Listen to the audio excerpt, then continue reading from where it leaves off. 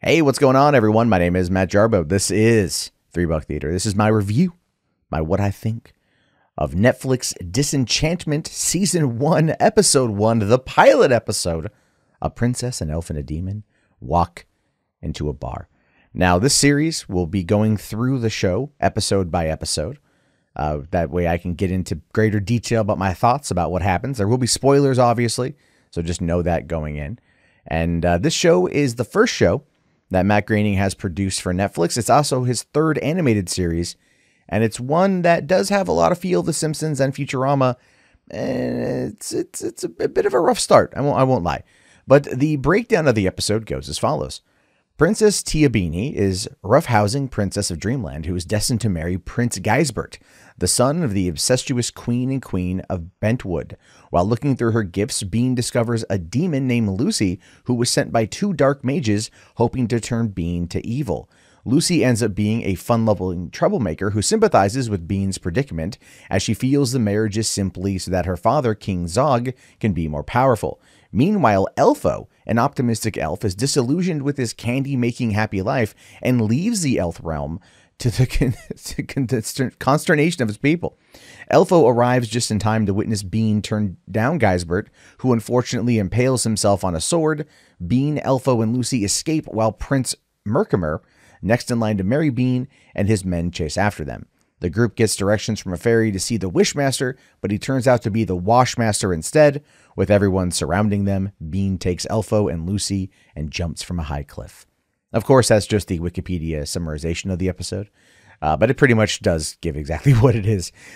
So it goes into, it's an overview, but it's interesting. So what I liked about it was the setting. I thought the setting was good.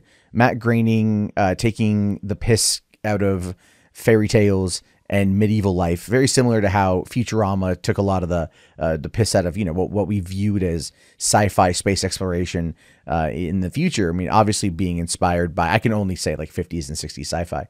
This was really good because it plays a bit on like Lord of the Rings and probably some like even maybe some Harry Potter-esque elements. But what I find to be the hardest part for me getting into it so far is Tiabini, or Bean. Voiced by Abbi Jacobson from Broad City. I'm just kind of not super like feeling her just yet. I think she's still trying to find the character. The character feels kind of blasé to an extent. And then also you have Eric Andre as Luci, or Lucifer, which is the personal demon, who's also, plays up the whole cat thing quite a bit. And I like Eric Andre, but even here it feels like he's just kind of voicing himself. Luci as a character has yet to develop, and I'm hoping that that we'll see a bit more from that as it goes on. Nat Faxon, who I like quite a bit actually, is Elfo. And the elves are weird. Like that whole world is like, their job is their name, right? So you've got like Weirdo, who watches people have sex.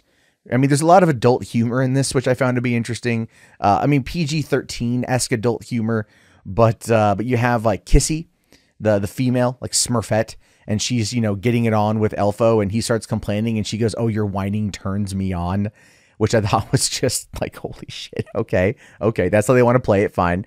And then the king comes in and is like, "Weirdo doesn't take his pants off for nothing," and then ends up wanting to hang Elfo for having sex with Kissy, even though a lot of the way they say it basically is that a lot of other people have had sex with Kissy. Again, playing up the idea there that Smurfette has been gangbanged by the entire Smurf tribe. So you've got that, which I thought was funny. And then of course he leaves and comes across, these gnomes versus these trolls, and they're engaged in war, and it's a violent, bloody war. And then he's just like, I like war, but I wouldn't say I love it. I just thought that was great because he watches these guys just annihilate the shit out of each other. And then of course Bean and Luci get into their whole thing, and they're trying to Luci's trying to convince her to do bad things, and she kind of gives in to the troublemaking aspect of it, just to piss off her dad, King Zog, who's voiced by John DiMaggio, and you could totally tell it's John DiMaggio. They don't even hide that it's John DiMaggio. And there's that, and even like Billy West pops up as Sorcerio, Zog's personal alchemist and wizard, and it's again you're noticing a lot a lot of Futurama. Tress MacNeille, who was in Futurama, she's here as Queen Una, a salamander type creature, who is basically Bean's stepmother. They have a son.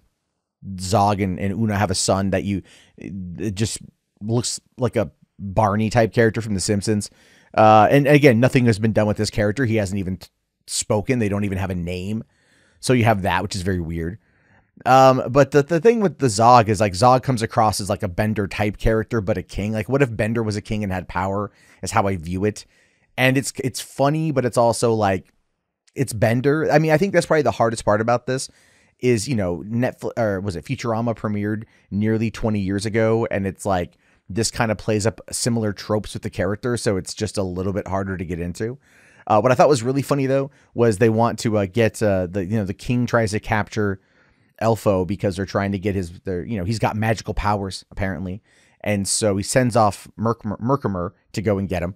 And they go and they try to track him down and they go into the dark forest, which you got to be careful of the dark forest, to be wary of the racist antelope, which I thought was a really funny little thing. Because I'm like, they run into this forest and it says, beware the racist antelope.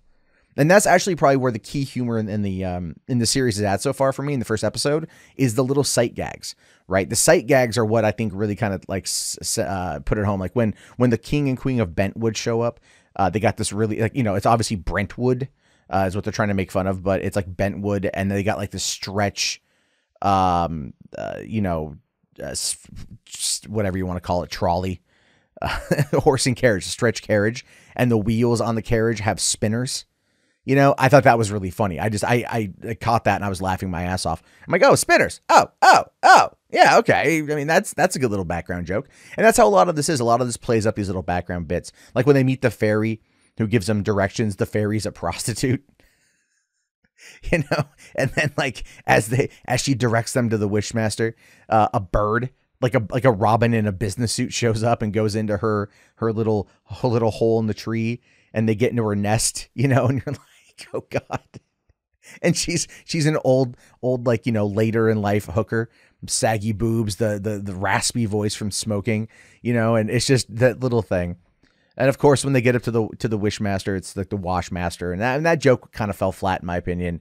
But then of course, Merkimer trips him, and they head over, and then they fall off the cliff, right? Because it's either marriage or death, so she chooses death. One of the things though, back to the whole thing with the racist antelope that was funny was they go to sleep in the forest, and the racist antelope comes up and goes, an elf with a human woman, and he's like, disgusting, and he spits.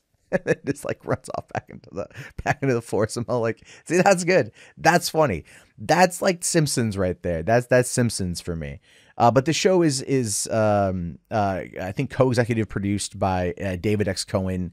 And that's, I think, where we're going to see a lot more Futurama coming out of this, maybe than Simpsons. And that's probably ultimately going to be a good thing, even though Elfo is just a spitting image of Bart Simpson.